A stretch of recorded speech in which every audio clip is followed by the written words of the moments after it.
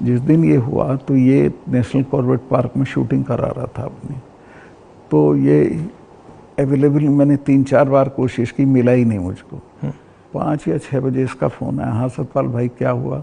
मैं कहा हमारे इतने लोग मर गए हैं और हमारी गलती से मरे। तो बोला नहीं नहीं चुप रहना, अभी कुछ नहीं बोलना इस पर। फिर 1 घंटे बाद ये डोभाल जो मेरा क्लास फेलो रहा लॉ में मेरठ में, तो इसका फ़ोन आया, सतपाल भाई आप बोल दी। मैं 2 चैनल को बोल चुका था ये बात, तो इन्होंने कहा नहीं नहीं कुछ नहीं बोलना इस पर।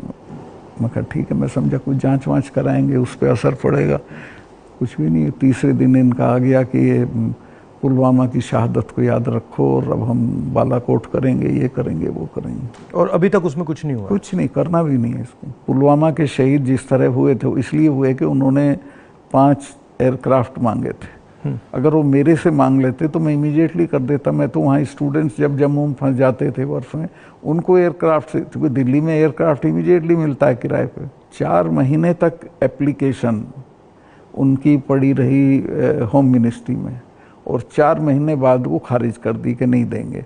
तब वो सड़क से चले। इतना बड़ा, मतलब 4 महीने के लिए वो चले ही नहीं? चले ही नहीं, इसलिए कि वो सड़क से चलना बिल्कुल इनसिक्योर होता है, वो उनके उसमें नहीं है सिस्टम में। 5 जहाज मांगे थे उन्होंने, वो नहीं दिए। 4 महीने तक लटकाए रखे। और तो 4 महीने के लिए क्या होल्ड पे थे? क्या होल्ड पे थे? सब मेरे सामने नहीं आई। अगर मेरे सामने आई होती तो मैं उसमें कुछ करता। That was between CRP and home ministry. लेकिन ये थी कि अटैक हो सकता है।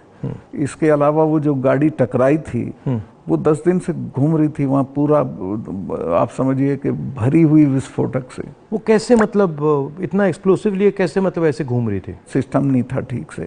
और जब मैं गया हूँ फिर पुलवामा होने के बाद, तो जो 10 किलोमीटर का स्ट्रेच है उसमें लगभग 8-10 लिंक रोड मिलती हैं।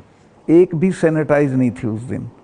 बल्कि हम तो जब अपनी पुलिस को भेजते थे कश्मीर की, तो पूरी रोड पे सिविल ट्रैफिक बिल्कुल रोक देते थे, सैनिटाइज कर देते थे, तब भेजते थे। ना हाईवे सैनिटाइज था ना वो लिंक रोड।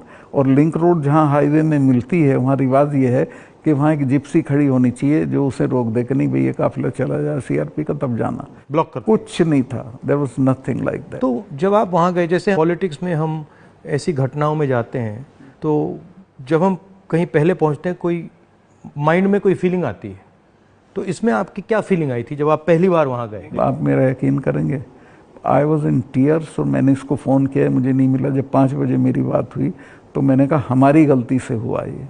तो बोला नहीं नहीं इस पर आपको चुप रहना है।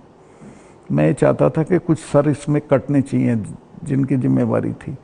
कुछ भी नहीं, किसी का नहीं, कुछ नहीं हुआ। उसको इलेक्शन के लिए यूज़ करना चाहते थे कि ये पाकिस्तान ने किया, हमारे जवान मारे और अब हम हराएंगे। भारत जोड़ो यात्रा में हम वहीं से निकले, एक्चुअली साइट से निकले, पुलवामा से।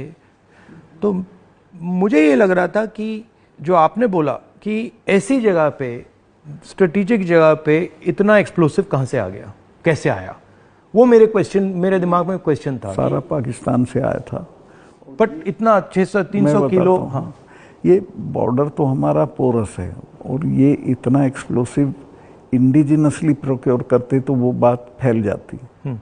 ये 10-12 क्विंटल तो आया हुआ था, उसमें से ये गाड़ी पूरी भरी थी एक्सप्लोसिव से।